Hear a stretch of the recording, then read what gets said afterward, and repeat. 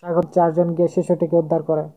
দেখা যায় শিশুটির শরীরে পিঁপড়া কামড়ে রক্তাক্ত করে ফেলেছে। তারা পরিষ্কার করে হাসপাতালে নিয়ে যায়। এভাবে কিছুদিন যাওয়ার পর তারা 5 ভাইয়ের খুব সুন্দর দিন যাচ্ছিল। নায়কের ভাই ছিল আইএএস অফিসার। তখন সরকার নায়কের ভাই আইএএস অফিসারকে সেখানে পোস্টিং দেয়। আইএএস অফিসার রাজা তার ভাই নায়ককে ফোন দেয়। তারপর নায়ক ছুটে চলে যায় সেখানে, গিয়ে লড়াই করে।